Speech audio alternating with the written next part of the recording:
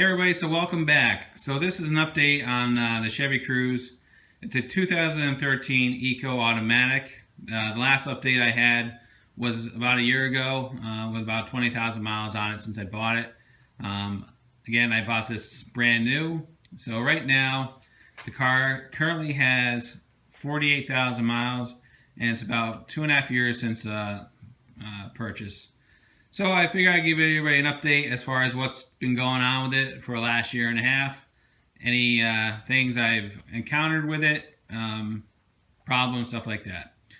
So let's get into it. As everybody knows, whoever owns a GM product, GM has had a lot of activity in the past 2 years. And it all stems from that ignition recall where I want to say 13 people died because of a poor engineering decision. So ever since that lawsuit, essentially GM has developed a come to Jesus philosophy where they're trying to absolve themselves from all their sins, and essentially they're issuing recall after recall after recall.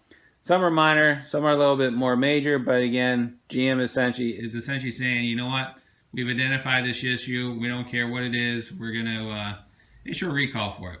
And so the Cruze has not been immune to that.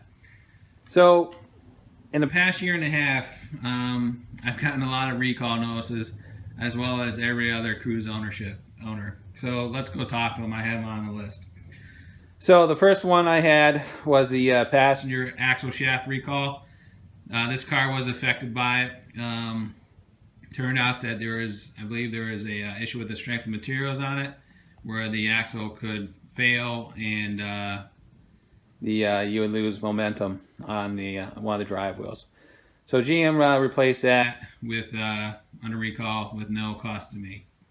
All right, so the next one, about 3 months ago, the car registered a check engine light, and it was running very rough, driving very poorly, and essentially you would get a surging effect.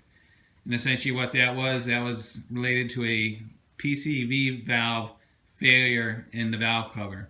That is a known issue. So GM went ahead and replaced that. That was covered under the powertrain warranty. The next one, there was a recall for the battery cable connection. I don't know what the exact details where that was, but GM also replaced that. The biggest thing as far as drivability was there was a recall for the steering programming on electric steering. So if you guys own a Cruze, I think it's affected from 2011 to 2013. What would happen is on the highway, the steering would also develop a dead spot after about 15 or 20 minutes, and it would seem like the steering would also kind of lock up or just a very high resistance, and then it would return to normal. So if you're on the highway and you had this, it was very annoying. So GM updated the program for that, and they fixed that. There is also a recall for the engine coolant level. I didn't have a bad water pump, but GM did whatever they did to fix that. I'm not sure what the details were on that. And here was the last repair. That was not a recall, but it was still repaired under warranty. One day I was changing the oil, and I noticed a oil leak on the bottom of the charge tube going into the intercooler. And apparently the intercooler also serves as a oil cooler as well. And that component developed a leak. So GM replaced the intercooler and the charge tube on that free of charge. So right now I'm out of my bumper-to-bumper warranty. The only thing that's going to be covered now is the powertrain. So so with that being said, we're kind of out of the honeymoon phase, and we're out of the new car newness and excitement, and now we're just kind of living with the car day to day and everything else. And this is where, after a couple years of the product being new, this is where you're going to see really how the car is made of and what problems you're going to have come down the line as far as fit and finish, you know, general construction and everything else. So far the car has been, it's pretty quiet. I haven't noticed any major rattles or buzzes or things falling apart in the dash. One thing I am noticing, and it's probably due for a transmission fluid change, and I don't know if fellow Cruze owners have seen this, but I know it's apparent on mine. And essentially what the symptom is, say if I go drive this thing and I go to the store 5 or 10 minutes down the road and the car really isn't that warmed up yet, and then I come out, I go jump in it again, what will happen is upon startup and first driving, it's almost like there's a lot of pressure in the lines in the transmissions, because what will happen is it will kind of hesitate or hard shifting, or I don't know how you want to describe it. It's not smooth, and I can replicate it pretty consistently.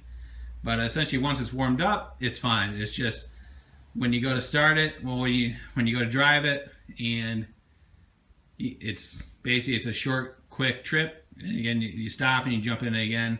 That's when you see it. It's like it's just a harsh shifting for the first 2 or 3 minutes, and then it goes away, and then you're fine. So I think that's more related to the transmission fluid. I'm going to change it. I'm going to put some AMSOIL on it and see if that fixes it. People seem to like it, and they have pretty good luck with it.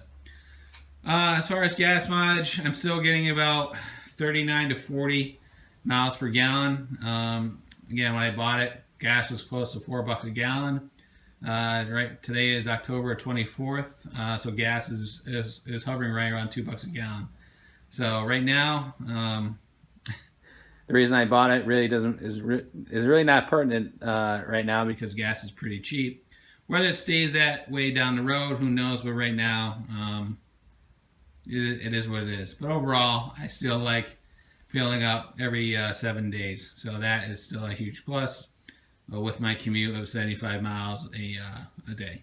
So the fog lights are holding up. Those are those Spider Auto fog lights. No issue so far. The only issue I had with the kit is I had to replace a bulb about 3 or 4 months ago. The plastic dip is holding well. That's still the original application. No chipping, no peeling, nothing like that. The Chinese mud flaps, I'll give you an update on those. They were holding up pretty well, and last winter I decided to go through a car wash just because it was so cold, and the material must have been very brittle, because the car wash essentially snapped them. They didn't tear off, but essentially the material just tore, I guess, for lack of better terms, on the driver's side. So what I did, I went ahead and ordered another set, because overall I like them. I still think they provide pretty good coverage to the car, and they're not very big. So figured I'd just give you an update on that. What else is going on? Paint is holding up pretty well. This car primarily lives in a garage. Either it's either parked in my garage or it's parked in the garage at my work.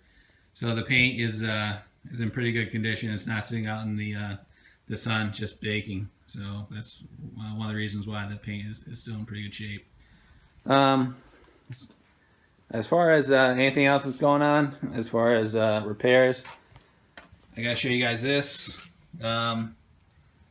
Somebody hit the car with a shopping cart about 6 months ago and left a pretty good dent in the door. So I gotta go talk to some paintless dent guys and see if they can remove that. So, but other than that, the car is holding up pretty well. It's pretty solid.